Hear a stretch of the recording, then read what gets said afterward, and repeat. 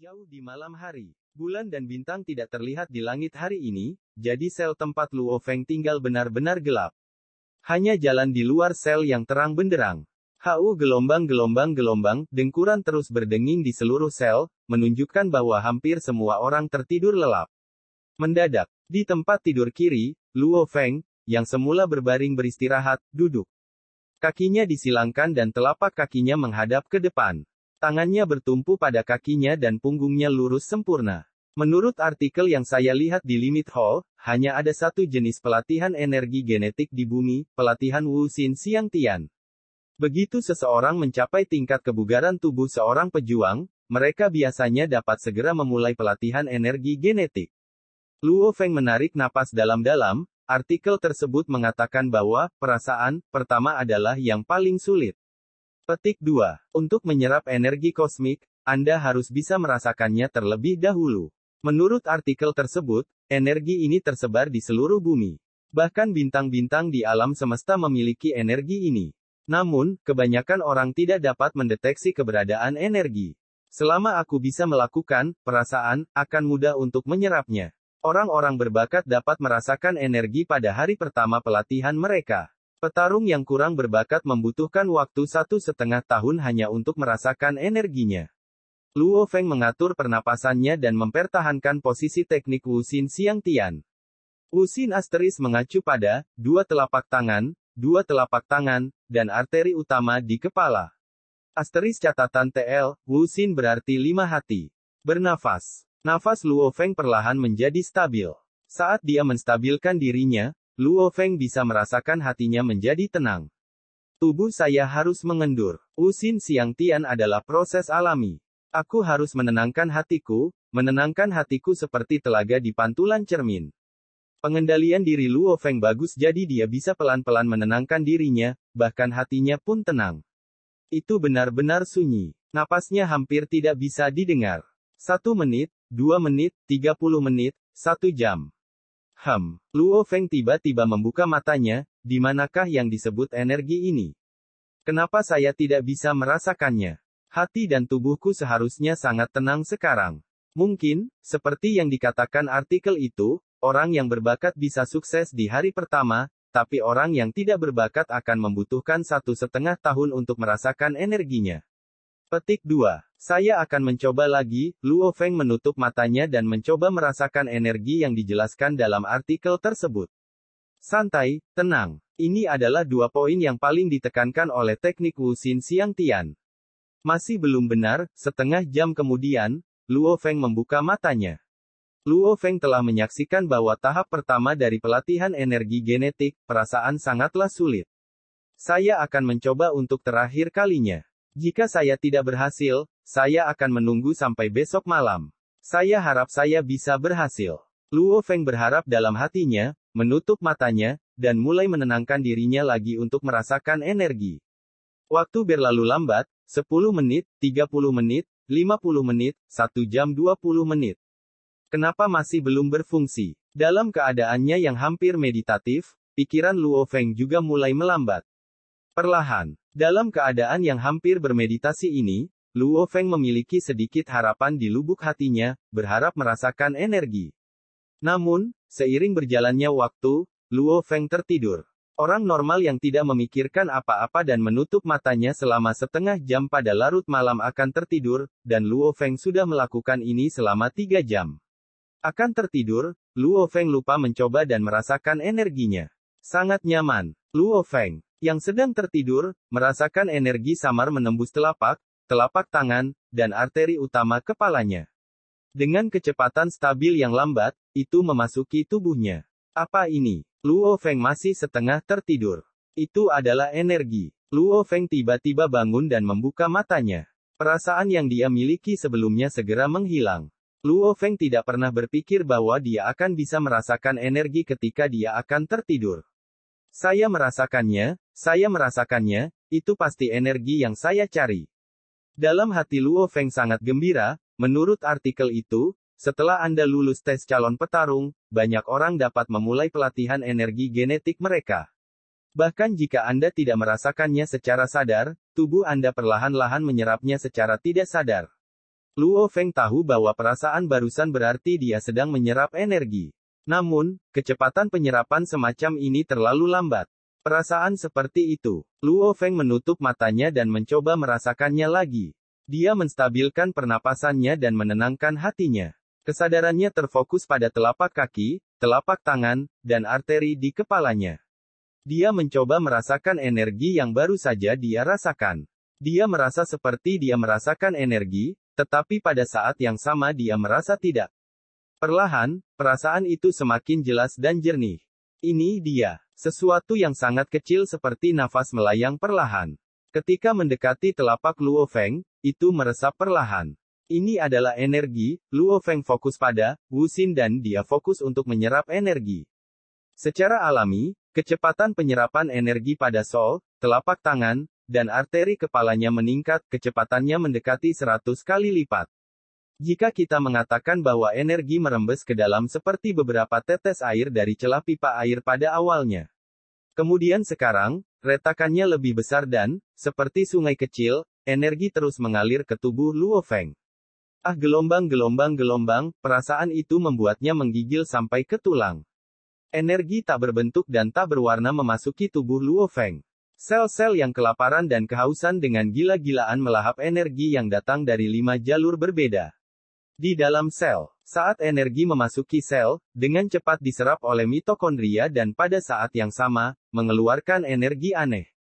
Energi ini diserap oleh sel, yang mulai menyebabkan perubahan yang menghancurkan bumi. Cetak biru DNA juga mulai sedikit berubah, dan sel mulai membelah, satu menjadi dua. Waktu berlalu dengan lambat. Tubuh Luo Feng terus berubah, apakah itu permukaan kulit, otot, tulang, dan bahkan lapisan setiap sel, setiap bagian tubuh telah berubah. Perubahan ini adalah evolusi kehidupan, peningkatan gen kehidupan. Menurut pemandu pelatihan, manusia sejak lahir tidak mampu menyerap energinya. Jadi dalam keadaan kelaparan, saat Anda menyerap energi untuk pertama kalinya, Anda menyerap jumlah tertinggi. Yang juga merupakan waktu peningkatan kekuatan tercepat. Luo Feng merasakan tingkat kebugarannya berubah. Di bumi dan di seluruh alam semesta, ada jumlah energi yang tidak terbatas. Jumlah yang baru saja diserap Luo Feng dapat diabaikan. Namun, bagi Luo Feng, ini adalah lompatan kekuatan terbesar yang pernah dia miliki. Kepadatan tulangnya meningkat, sel-selnya mengecilkan volumenya dan membelah menjadi dua, serat otot menguatkan dirinya sendiri, dan berat badan Luo Feng terus meningkat. Hidup, sangat aneh. Di otak, di tempat di mana Luo Feng tidak bisa merasakan, energi mengalir di kedalaman otaknya. Sejak lahir hingga sekarang, 3 guncangan di bagian dalam otaknya menyebabkan 3 koma. Dan malam ini, sejumlah besar energi mengalir masuk. Namun, perubahan ini berbeda dari 3 kali lainnya, lebih samar. Luo Feng, yang sedang berlatih, tidak menyadarinya sama sekali. Ding gelombang-gelombang dong gelombang-gelombang. Fajar, matahari, baru saja terbit, sekitar jam 5 atau 6 pagi. Semua bel di penjara berdering. Setiap narapidana mulai bangun. Luo Feng, yang duduk bersila beberapa saat, akhirnya membuka matanya dan tersenyum. Memang, ini adalah energi paling banyak yang bisa saya serap dalam satu durasi. Saya menyerap selama hampir 2 jam sampai tubuh saya kenyang. Luo Feng bisa merasakan bahwa dia memiliki kekuatan yang jauh lebih besar dari sebelumnya.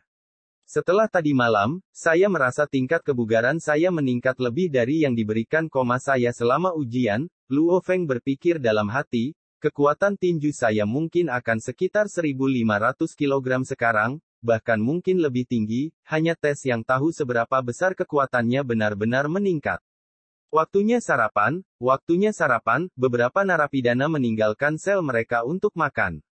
Luo Feng melompat dari tempat tidurnya, menggosok gigi, dan membasuh wajahnya sebagai persiapan untuk sarapan. Pada saat ini, di lorong, 3 tahanan berseragam berjalan menuju sel Luo Feng. Salah satu dari mereka berteriak, "Baldi Huang, saya mendengar orang yang sangat terampil masuk ke sel Anda, memukuli 4 anggota elit sendirian." Saudara Liu, dia sungguh tangguh, di sel Luo Feng, si botak kasar itu tertawa dan mengangguk. Oh.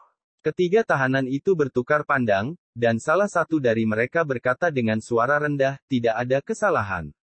Nomor sel, usia, dan kekuatan semuanya benar.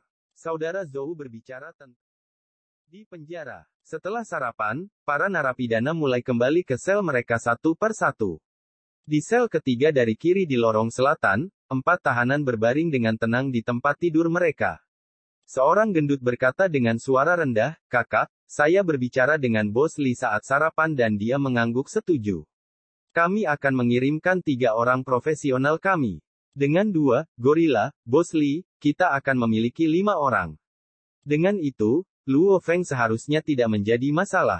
Fatih, kudengar Luo Feng bisa mengalahkan 4 anggota elit sendirian.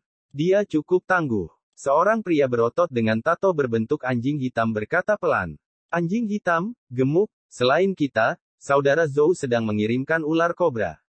Bahkan jika kita tidak berhasil, kobra pasti akan berhasil." Seorang pria paruh baya bermata satu berkata dengan tenang. Kobra, gendut dan anjing hitam yang kekar semuanya kaget. "Ya, benar-benar kebetulan, ular kobra juga dikurung di sini." Pria bermata satu itu mengangguk. "Dengan kobra, tidak mungkin kita gagal." Fatih menjadi bersemangat. "Namun, seperti apa kobra itu? Kami bahkan belum pernah melihatnya sebelumnya. Kami akan pindah bersama. Setelah makan siang saya akan bernegosiasi dengan Bos Lee." Pria bermata satu itu berkata dengan tenang, "Tanpa kesalahan, kita akan bergerak bersama dan mengambil tindakan saat makan malam. Ingat, bawa senjatamu." Namun, senjata yang dibicarakan oleh narapidana ini hanyalah bilah kecil yang dibentuk dari mengasah sikat gigi. Meskipun ada beberapa pemeriksaan ketat di penjara ini, itu tidak bisa dibandingkan sama sekali dengan penjara skala besar. Namun, bahkan di penjara skala besar, orang-orang licik hampir selalu bisa menyelundupkan senjata dan amunisi. Tidak peduli seberapa aman tempat itu, selama orang menjalankannya, akan ada celah. Tentu saja, orang-orang di penjara ini hanyalah anak-anak kecil. Mereka dipersenjatai hanya dengan bilah dan pecahan kaca. Malam, Kakak Luo. Saat dia keluar dari selnya, setiap tahanan yang dia temui dengan patuh menyapa Luo Feng. Kisah Luo Feng tentang pertarungannya antara 4 anggota elit telah menyebar tadi malam. Hampir semua orang di penjara tahu tentang kekuatan pemuda ini. Di kafetaria, ini disebut kafetaria, tapi itu hanya lobi tertutup. Meja perak yang panjang dan stabil, sekitar beberapa lusin. Segala sesuatu di penjara ini cukup bagus, kecuali makanannya. Sejak Luo Feng berhasil dalam pelatihan energi genetiknya tadi malam, dia telah dalam suasana hati yang baik sepanjang hari. Dia berjalan ke counter dan menerima kotak makan siang plastik dari para penjaga, tetapi hanya beberapa makanan seperti lumpur yang ada di dalamnya. Saat dia menundukkan kepalanya dan melihat ke dalam, hanya ada beberapa makanan seperti lumpur abu-abu. Saat dia menciumnya, tercium aroma kentang.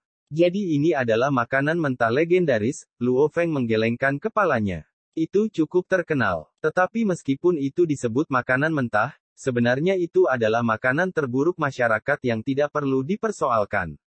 Jika Anda makan makanan mentah ini, Anda hanya membutuhkan 5 sen sehari. Mengetahui hal itu seharusnya memberitahu Anda cukup banyak tentang kualitas hal-hal di dalamnya. Lobi perak, meja perak, dan kotak makan siang perak.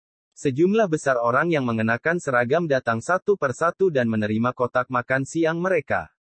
Luo Feng duduk di sisi meja dan menundukkan kepalanya saat dia mulai makan makanan mentah ini. Pada saat ini, remaja kurus berkacamata mulai mengutuk, bahkan babi dan anjing pun makan makanan yang lebih enak dari ini. Saat dia makan 2 gigitan dari isi kotak makan siang di sebelah Luo Feng. "Cepatlah, kamu kalah, beri aku 2 asap." Wata Yasain. Di lobi perak yang besar, lebih dari 100 tahanan sedang berbicara satu sama lain. Itu sangat berantakan dan kacau. 2 penjaga berdiri di luar pagar, keduanya memegang senapan serbu. Mereka dengan malas melirik ke dalam dan kemudian mulai tertawa dan berbicara satu sama lain. Kamera keamanan di bagian atas terus merekam semua peristiwa di lobi perak. Peng, seekor kasar bermata satu duduk di meja 3 meter di sebelah kanan meja Luo Feng. Dia melirik Luo Feng dan tertawa, "Kamu adalah Luo Feng." Luo Feng menatap mata satu mata yang kejam, "Kamu adalah." "Aku panjang." Orang kasar bermata satu itu menyeringai sambil tertawa. "Naga bermata satu," sebuah suara rendah berkata. Seorang pria gemuk pendek duduk di depan orang kasar bermata satu itu. Pada saat ini, dua orang buas duduk di sampingnya seperti menara baja. Kedua orang buas itu dengan dingin menatap orang jahat bermata satu itu. Kemudian, lelaki gemuk pendek itu tertawa dingin, "Saat kita keluar untuk bersantai kemarin, anak buahmu memukul adikku kan? Beritahu kami, bagaimana kami akan menyelesaikan masalah ini?" Petik 2. Brengsek, orang kasar bermata satu itu memutar matanya dan memberi kuliah, "Li yang gemuk, lebih baik kamu menjauh dariku sekarang juga. Jika Anda mengacaukan saya, jangan salahkan saya karena tidak menahan." Pria gemuk pendek itu menatap dingin dan tertawa, "Naga bermata satu, sepertinya kamu tidak ingin bicara." Luo Feng makan dua gigitan lagi di sela-sela dan melirik. Dia tidak bisa membantu tetapi tertarik. Dalam sudut pandangnya, jelas ada dua kekuatan besar di penjara yang akan bertarung. "Bicaralah. Jika kau masih ingin bicara, pergilah." Mata naga bermata satu itu berputar saat dia memberi kuliah. "Persetan, serang." Wajah pria gemuk pendek itu mengerikan saat dia berteriak. Seketika, dua orang kejam seperti menara baja di sampingnya mulai bergerak. Salah satu dari mereka mengangkat meja panjang berwarna perak dan menghantamkannya ke orang kejam bermata satu itu, sementara yang lainnya melancarkan tendangan seperti kilat. "Berani memukul bos kita, saudaraku, ayo pergi." Seluruh lobi langsung menjadi kacau. Peng! Salah satu tahanan mengangkat bangku dan dengan ganas membantingnya ke kamera keamanan di sudut. Setiap kali ada perkelahian antar geng skala besar di penjara, hal pertama yang Anda lakukan adalah merusak kamera. Tanpa bukti nyata, polisi secara alami dapat memilih narapidana untuk disalahkan secara acak. Di lobi perak. Naga bermata satu itu mengulurkan tangan kanannya dan memblokir tendangan orang itu. Namun, itu adalah tendangan yang sangat kuat, jadi naga bermata satu itu mundur beberapa langkah, sampai ke sisi Luo Feng. Kedua makhluk buas seperti menara baja itu dengan cepat mengejar. Orang-orang di bawah naga bermata satu juga bergegas menuju ke arah ini. Tiba-tiba, Luo Feng berada di tengah pertarungan geng. "Tidak percaya aku mengacau dalam hal ini." Luo Feng hanya bisa berdiri. Dia terlalu malas untuk terlibat dalam hal ini. Pada saat inilah lemak di bawah perintah naga bermata satu itu bergegas menuju Luo Feng. Dia tiba-tiba mengungkapkan pisau yang diasah dari sekrup dan mengarahkannya ke pinggang Luo Feng. Sebelum itu, naga bermata satu itu mengungkapkan pisau kecil di tangannya dan bersiap untuk menusuknya ke Luo Feng. Luo Feng tiba-tiba merasakan bahaya. Di saat yang sama, dia bisa merasakan sedikit sakit di pinggangnya, seolah-olah ada sesuatu yang tajam menusuk tubuhnya. Namun, saat Luo Feng menegangkan ototnya, dia melompat seperti macan tutul dan melompat melewati meja di depan. Tapi saat ini, kedua makhluk buas seperti menara baja itu meluncurkan kaki mereka seperti kapak pertempuran ke arah Luo Feng. "Kamu meminta kematian." Luo Feng, yang mengerti apa yang sedang terjadi dalam sekejap, melolong. Dengan suara keras dan membanting kedua tinjunya ke kedua kakinya. Dua menara kejam seperti baja yang dijuluki gorila tertawa dingin di dalam hati mereka. Energi ledakan pada kaki jauh lebih kuat daripada lengan. Apakah mereka akan takut pada Luo Feng? Peng-peng. Suara pukulan rendah, diikuti suara tulang patah. Dua orang kejam yang seperti menara baja itu melolong kesakitan. Keduanya terbang menjauh dari tinju Luo Feng dan membanting meja yang jauh. Di bangku dan lantai, ada noda darah yang bisa membuatmu terkejut. Kedua orang kasar itu menahan kaki mereka kesakitan saat mereka berguling-guling di tanah. Naga bermata satu bersama dengan anjing gemuk dan hitam yang berada di sampingnya semuanya kaget. Pada saat ini, WENG alarm yang menusuk telinga berdering. Semua penjaga di penjara dengan cepat bergegas keluar dari tempat peristirahatan mereka untuk membentuk kelompok saat mereka menuju ke kafetaria. Luo Feng menyentuh pinggangnya dan melihat bahwa darah telah menodai seragamnya. Legenda benar, petarung yang mampu melatih energi genetik memiliki kekuatan tinju 3 hingga 4.000 kek.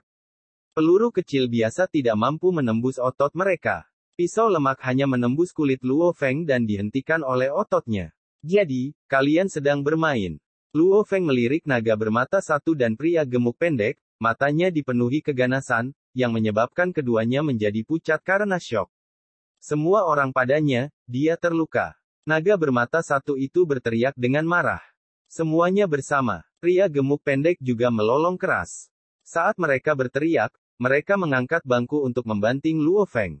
Mengikuti tindakan bos mereka, pria lain secara alami mulai bergegas bersama dengan bangku mereka sendiri. Gerakan Luo Feng seperti hantu, kedua kakinya seperti tembakan meriam, menendang setiap tahanan ke udara. Untuk tahanan biasa, Luo Feng tidak terlalu kejam, karena mereka hanya mengikuti perintah. Namun, Luo Feng tidak akan menunjukkan belas kasihan kepada kedua pemimpin dan gendut yang menikamnya. PU. Potongan Luo Feng mematahkan bangku menjadi dua dan lengannya menghantam naga bermata satu, menyebabkan dia terbang di udara.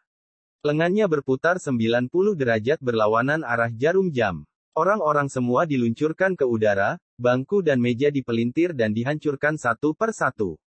Perbedaan. Inilah perbedaan antara petarung yang telah terlatih dalam teknik energi genetik dan narapidana agresif biasa. Saat Luo Feng memindai sekelompok tahanan, remaja berkacamata kurus yang sedang menonton dengan diam-diam melambaikan tangannya. Memberhentikan. Saat cahaya dingin melewati langit, dia sudah berada di depan Luo Feng.